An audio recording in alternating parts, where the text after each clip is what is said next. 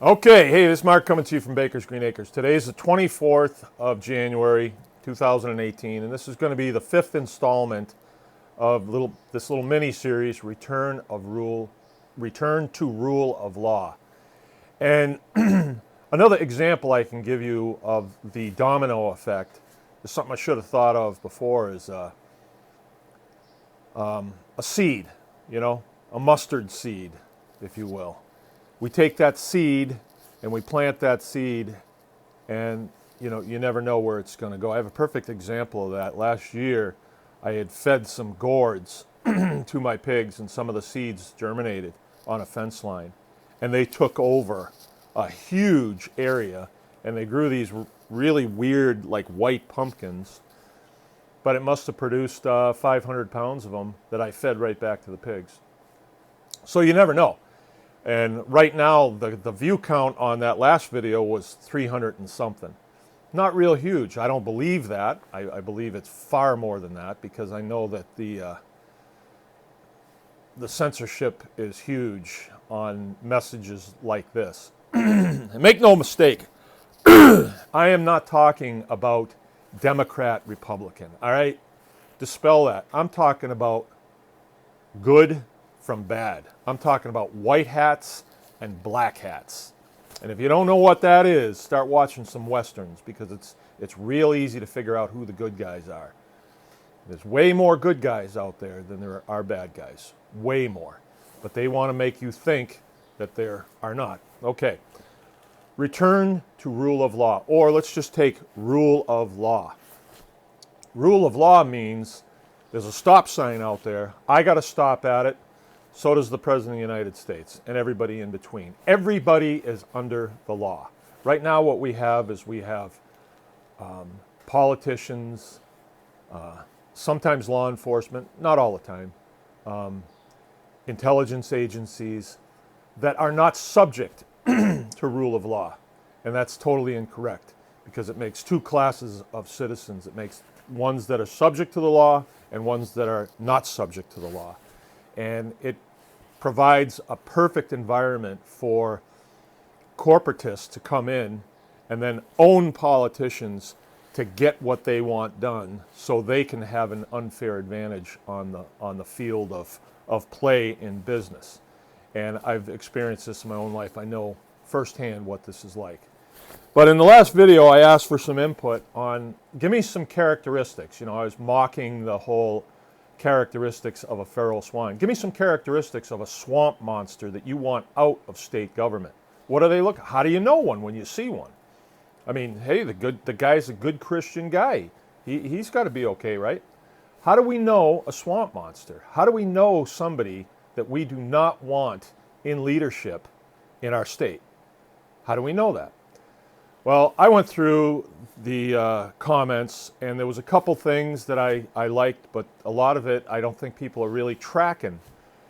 They're not thinking about this enough, and we need to think about this, because leadership is paramount. I mean, if we have scumbag leaders down in Lansing, if we have a scumbag governor, for instance, he's going to take us in the direction that he goes, and we don't want that. We want a good and decent person in there. So how are we going to winnow through all these people? And I'm trying to drive home this concept of oath of office, because it was put right in my face back in 2014 by General Boykin. I was at a briefing real quick, and he was going through some of the things that we're facing as an American society that are tearing us down. And there was a man sitting right by me, and he said, well, General, what's the answer to this? And it was all military sitting at this table, and you don't do that to generals, but this guy did. And General Boykin, I swear he pointed at me, and he said, oath of office. He didn't point at me, but I was sitting at the point of the table. And I didn't really know exactly what he meant, but now it's very clear to me what this means, because I'm looking at a guy like Bill Schuette, our Attorney General, that wants to be our next governor, and I'm watching all the rhetoric that he puts on Facebook, and it's all stuff that he can't do. He's just lying what he says he's going to do, but he can't do it. And then I'm looking at Kolbeck that's saying, well, I'm a good Christian guy and I'm going to bring, principled solutions to the state of Michigan. What the hell is a principled solution? Whose principles? All right? Solutions to what? You know, it's a ruse to draw you in. And those two are both Republicans, and I think there's some other things going on there. But let's talk about what a swamp monster is. What's brought us to the point where we have ceased to exist efficiently as a society, right? It's lying. That's basically what it is. These guys, when we employ them, we have them stand there with their hand on a Bible and the other hand in the air, and they take a solemn oath to protect and defend the Constitution of the United States from all enemies, excuse me, foreign and domestic. But then they go down to Lansing and they violate their oath of office. And you know what we can do about it? Nothing. Zero. Nothing. We can do nothing about that. So if I lie in a court of law, if I lie to a policeman, if I lie, generally, if I lie on my taxes, the hammer comes down on me. But these people are separate. They can go and they can lie and lie and lie. They'll promise before God and country to protect and defend my constitutional rights. But then they go down there and they do the bidding of the big corporations in the state that only care about their bottom line. They don't care about the people at all. And then when they run for office, they're lying to you. They're saying, I'm going to bring jobs back to Michigan. I'm going to bring principled solutions. They're lies. You know what we want you to do?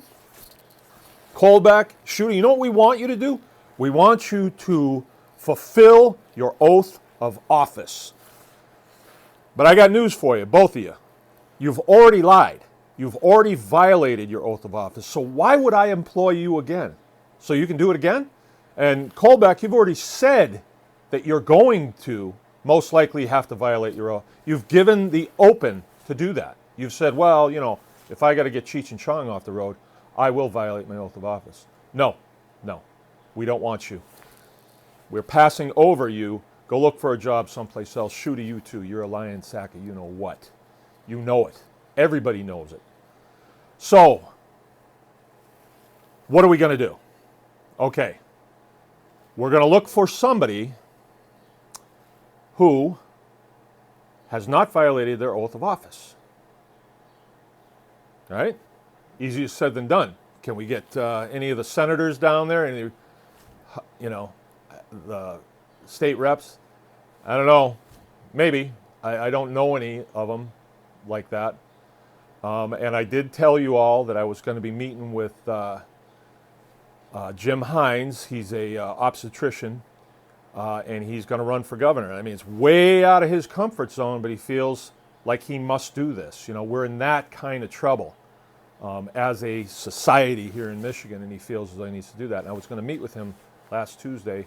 Totally my fault. I totally missed the appointment. I had things going here at the farm, and the appointment went right over me. And that doesn't usually happen. It went right over my wife, too. And the next day it was like, oh, we missed that.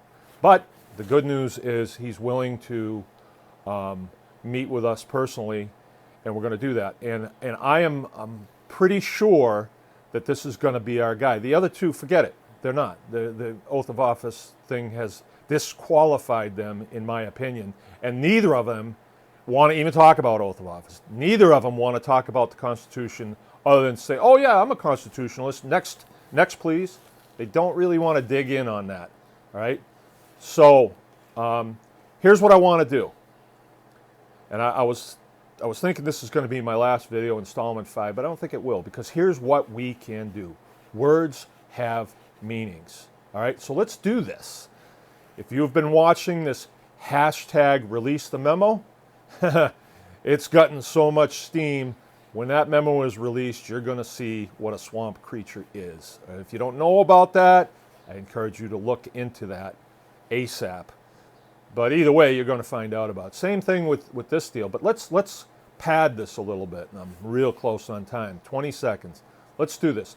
Hashtag rule of law. Okay, let's do that and see what happens. All right, Mark from Baker's Green Acres. Anyone can farm.